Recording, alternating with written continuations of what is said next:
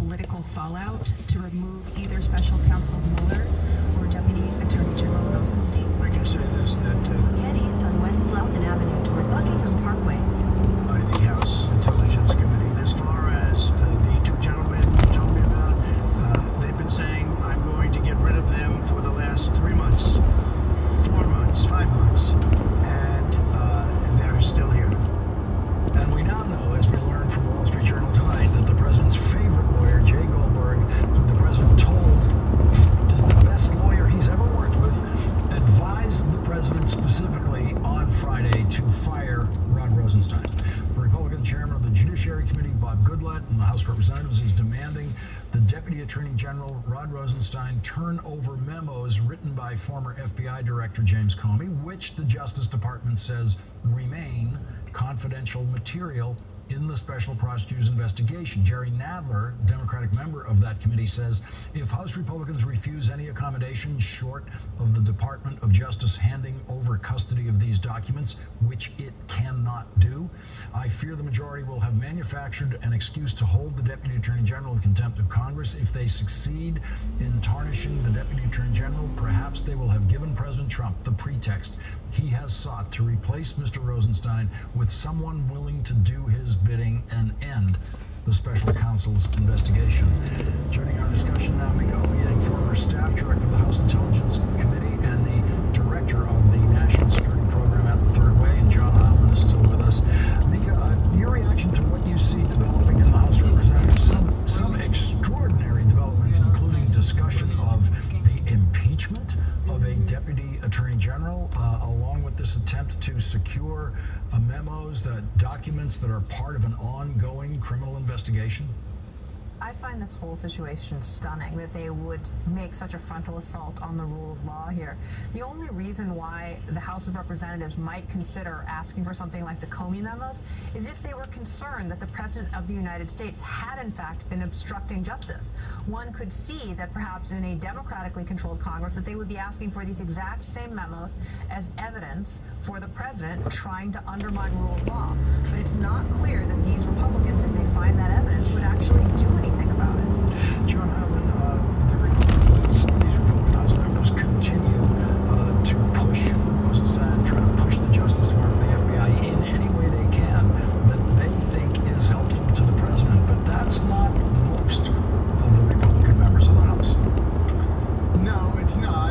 Look, I mean, I'm not convinced, Lawrence. I know we've both become pretty cynical, and I think rightly so, about the Republican caucus in the House. It's true that it's not most of them, but I do think that there's they've given already the House Judiciary, the House Intelligence Committee, at least the Republicans on it, have given Donald Trump a talking point already, which you saw him employ at the press conference today. The notion that there has been no collusion, it's been found by the House Intelligence Committee, when in fact there was no such finding. There was a finding of that kind by the Republican members of the House Intelligence Committee, and I think that the Republicans in general on the House side, less so I think and hope on the Senate side, although I'm pretty skeptical about them too at this point, are constantly seeking to find various ways to create a pretext on which Donald Trump can act against some combination of Jeff Sessions, Rod Rosenstein, Bob Mueller, if he so chooses. And I think what we saw tonight, it's right to say that he would not commit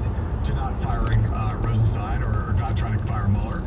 It's right that he was trying to present a picture of calm about it. But we know that as with the firing of Jim Comey, when the day comes when Trump decides to make a move on any of these people, he will do it in a fit of pique. And the one thing that we know is that although his pique from last week about Rosenstein may have subsided briefly, it will be back. The only question is when. Let's take a look at what House Republicans did while James Comey was actually on The View this morning. They actually managed to get themselves inserted right into the middle of the program. Let's watch this. It appears that they are alleging potential violations of the law regarding the Clinton and Trump investigation. How do you respond? I'm sorry to I don't do a lot of shrugging today, but I haven't read it. I don't know what to make of it. It seems they've been saying that stuff since the Clinton email investigation. The accusations are not true. I guess I should have said that first, but that's okay.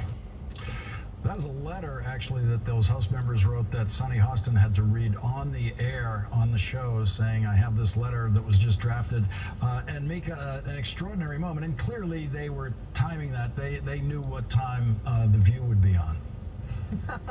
Well, they are trying to get into the story and change the narrative here. What we see from these House Republicans, specifically driven by Devin Nunes, the chairman of the House Intelligence Committee, is an attempt to try and be running interference for the president on this narrative, to try and create alternate stories that they can put into this, all to try and distract people from the main focus, which is, did the Trump campaign cooperate with Russians to try and get Donald Trump elected? And they have no interest in trying to understand how a hostile foreign power might have interfered in the 2016 election.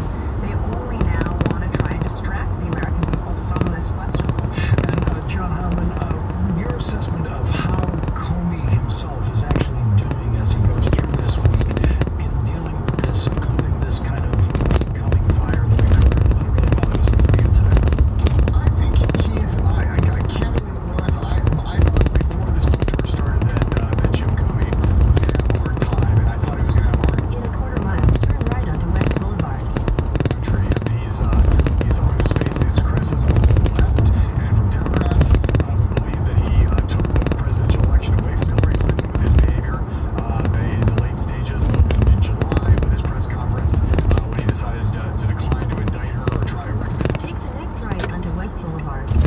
in his October more notorious reopening the investigation 10 days after Election Day. The Democrats are reminded by his explanations for what he did, which are unsatisfying to them, intellectually flaccid. They violate a lot of policy and a lot of precedent. A lot of Democrats are angry at Jim Comey, and they've heard him over the last few days. They're upset. And of course, Republicans now have other reasons that have to do with the survival of Donald Trump's presidency. They are trying to trash him too. So it's hard when you go out into this partisan environment to be a guy like Jim Comey, and then if you without any real fan base, and you add on top of that the kind of patina of sanctimony and self-righteousness that have come along with a lot of what he said, even people who agree with many of the things he says about Donald Trump, In a quarter mile, turn left onto West 67th Street. a bit condescending or a little self-righteous is more the thing than condescending. So I think he's done fine, but he's not exactly a guy right now who is finding a lot of public commentary from anywhere that is four square behind him and singing his praises at least. The next left onto West 67th Street. James Comey has said that he believes that even if Rod Rosenstein is fired, it will not stop the investigation. Do you agree? In a quarter mile, turn right onto 10th Avenue. Today was the New York Attorney General Eric Schneiderman moving to try and ensure that he could continue any investigations, even if the president were to try and pardon people in this, so that people could be held to account for what they had done. So I think that that's right, that this cannot just completely end. And there are also federal statutes that would prevent the destruction of evidence, and so it would be very difficult to just make the whole thing go away. Going to squeeze in a break here. John Heilman, thanks for joining our discussions. Mika, please stay with us.